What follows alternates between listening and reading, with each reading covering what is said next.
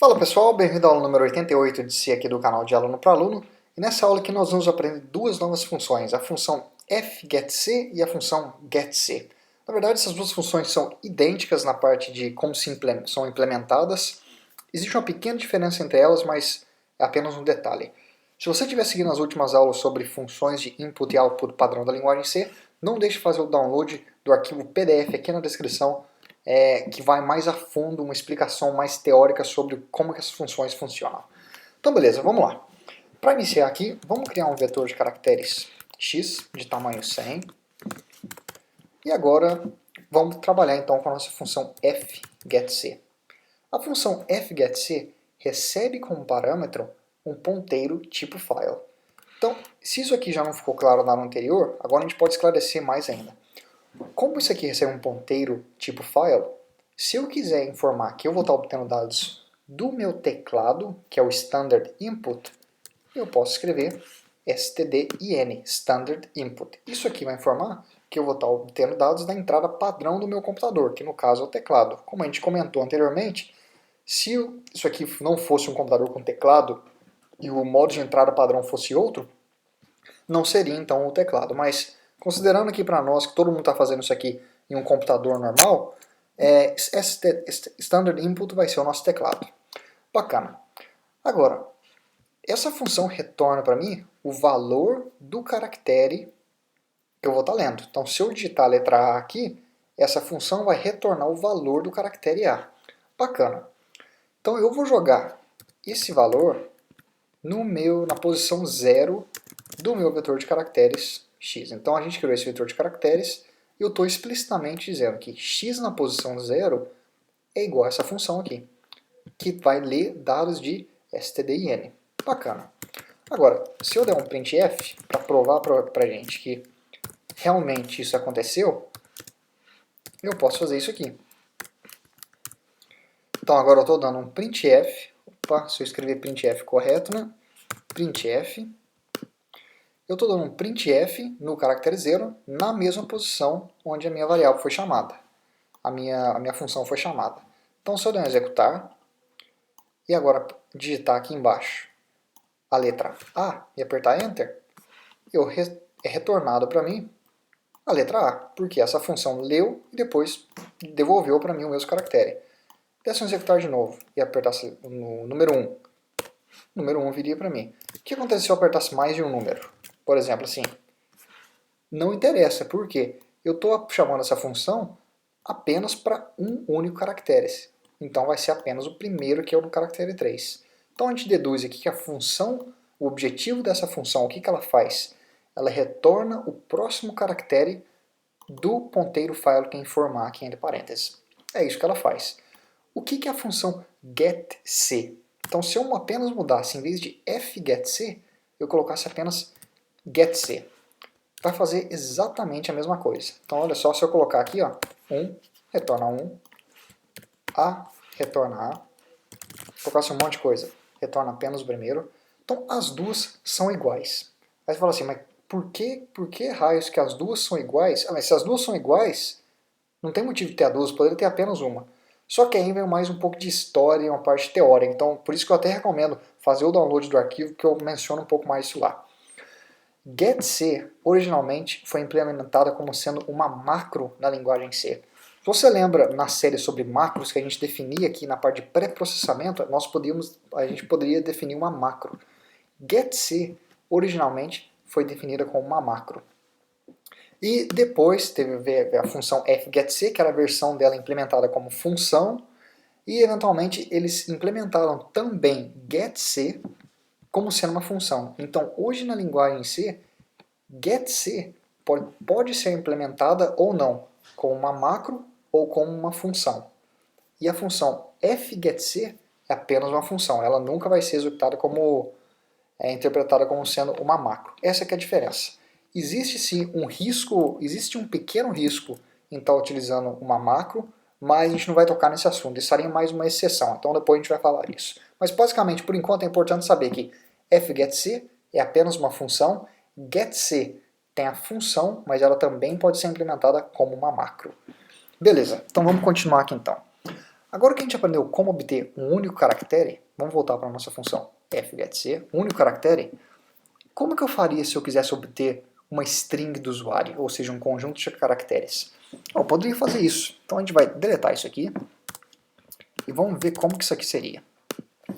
Primeiro, eu vou criar uma variável auxiliar que eu vou chamar de i, eu vou dizer que é igual a 0. E eu vou dizer o seguinte, eu vou chamar um ciclo while, e eu vou dizer que a condição do meu ciclo while é o seguinte. O meu vetor de caracteres x na posição i vai ser igual à minha função fgetC, lendo dados de standard input. E eu vou abrir um outro parênteses aqui, ó, vou colocar tudo isso aqui entre parênteses para ser um termo, e eu vou dizer o seguinte, enquanto o que x na posição i, que é igual a fgetC standard input, for diferente, sinal diferente, for diferente de quebra de linha, o que esse sinal barra ao contrário n significa? Se você se lembra, barra ao contrário n corresponde ao botão Enter, a nossa tecla Enter. Então esse ciclo aqui vai ser executado enquanto eu não apertar Enter no meu teclado. É isso que está acontecendo. E o que eu quero que aconteça cada vez que esse ciclo for executado? Eu quero adicionar 1 ao valor da variável i. Por quê? A primeira vez que o ciclo for executado, i tem o valor de 0. Se eu não incrementasse o valor de i a cada vez, eu ia estar sempre jogando, a cada vez que eu chamasse essa função aqui, eu ia estar jogando um caractere em cima do outro, sempre na posição 0 do vetor. Só que eu quero ler uma string, então é um caractere após o outro. Então, para garantir isso, a cada vez que o ciclo executa, eu movo uma posição adiante no meu vetor de caracteres. Bacana, fiz tudo isso. Teoricamente, então, eu agora já poderia dar um printf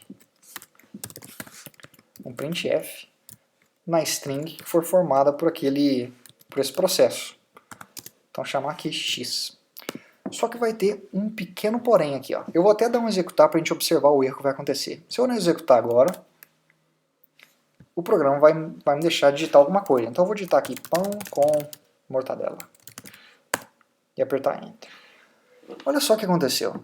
Eu recebi realmente pão com mortadela, mas por algum motivo veio um lixo aqui, ó. O que é isso aqui? Isso, se você está lembrado, a função printf, uma maneira dela saber que a função terminou é através do caractere nulo. Isso a gente viu umas 40 ou 30 aulas atrás, quando a gente falou sobre strings, que uma string sempre termina com o caractere nulo, que é esse aqui, ó, barra ao contrário 0. Esse camarada, no final da string, é que informa que a string acabou, chegou ao final dela. Quando eu executei esse processo aqui, eu não informei esse caractere nulo. Em nenhum momento o caractere nulo foi informado. Então eu manualmente posso fazer isso aqui, ó. xi é igual caractere nulo. Então tá aqui. Ou seja, na hora que esse ciclo for executado da última vez, o valor de i já vai ter aqui, vamos supor, seja 10, seja o valor 10. Eu vou chamar ele de novo para informar que aquele caractere vai ser igual ao caractere nulo. E esse camarada aqui vai ser escrito em cima do caractere Enter, do barra ao contrário n. Vai ser escrito em cima desse aqui, ó. Mais fácil executar e explicar. Então eu executei, e agora eu vou escrever alguma coisa de novo. Então eu vou escrever haha, e vou apertar Enter. Perceba isso aqui, ó. Isso aqui é importante a gente observar. Perceba que o meu cursor aqui, ó, não sei se isso aqui dá pra ver no vídeo, mas o cursor está piscando para mim, ó, logo após a letra A. Ou seja, o meu cursor aqui está logo depois da letra A. Isso por quê? Por que aconteceu isso? Porque quando eu escrevi ha e apertei a tecla Enter que corresponde ao caractere barra ao contrário n, ocupou uma determinada posição aqui no meu vetor, que era a posição de i, o valor de i. Nessa linha aqui, ó, eu estou falando que esse valor de i, eu vou jogar em cima dele o caractere nulo. Quer dizer que o caractere nulo foi escrito em cima do caractere barra ao contrário n.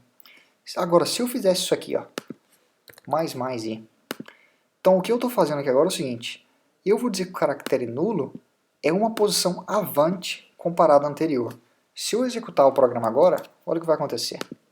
Eu vou fazer igualzinho, haha, e apertar Enter. Observe que o meu cursor aqui agora, ó, ele está piscando na linha abaixo, não aqui onde ele estava antes, e agora está aqui embaixo. Por quê? Porque dessa vez o meu caractere de quebra de linha foi escrito aqui e depois a minha linha foi pulada uma para baixo, onde foi escrito o caractere nulo. Por isso então aconteceu.